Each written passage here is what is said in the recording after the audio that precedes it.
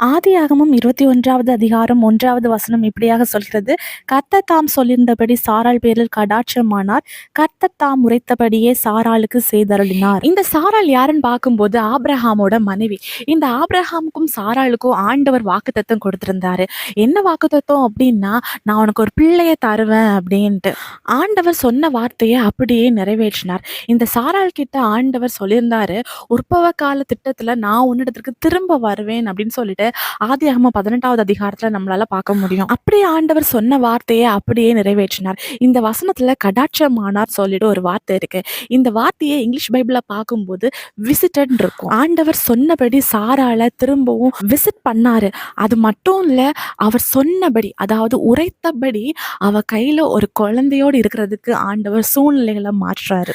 சாராள் அவங்களுக்கு கர்ப்பம் செத்து போயிருச்சு, இன்னும் முதிர் வயதும் ஆயிருச்சு. ஆனா பலன் இல்லாத சரீரத்துல பலனை கொடுத்து வாக்குத்தத்தத்தை ஆண்டவர் நிறைவேற்றுறாரு. அதே மாதிரி உங்க வாழ்க்கையிலையும் ஆண்டவர் அநேக வாக்குத்தத்தங்கள் கொடுத்திருக்கலாம்.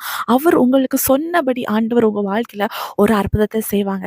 அது வரைக்கும் காலங்கள் தாமதிக்கலாம். ஆனா உங்களை கட்டாயம் ஆண்டவர் விசிட் பண்ணுவாரு. விசிட் பண்றதோடு மட்டும் இல்ல, உங்களுக்கு என்ன சொல்லியிருக்கிறாரோ, என்ன உரைத்தாரோ அதை கட்டாயம் ஆண்டவர் உங்க வாழ்க்கையில நிறைவேற்றுவார். விசுவாசிங்க, அற்புதங்களை எதிர்பாருங்க. இயேசு கிறிஸ்துவின் நாமத்தில் ஆமென்.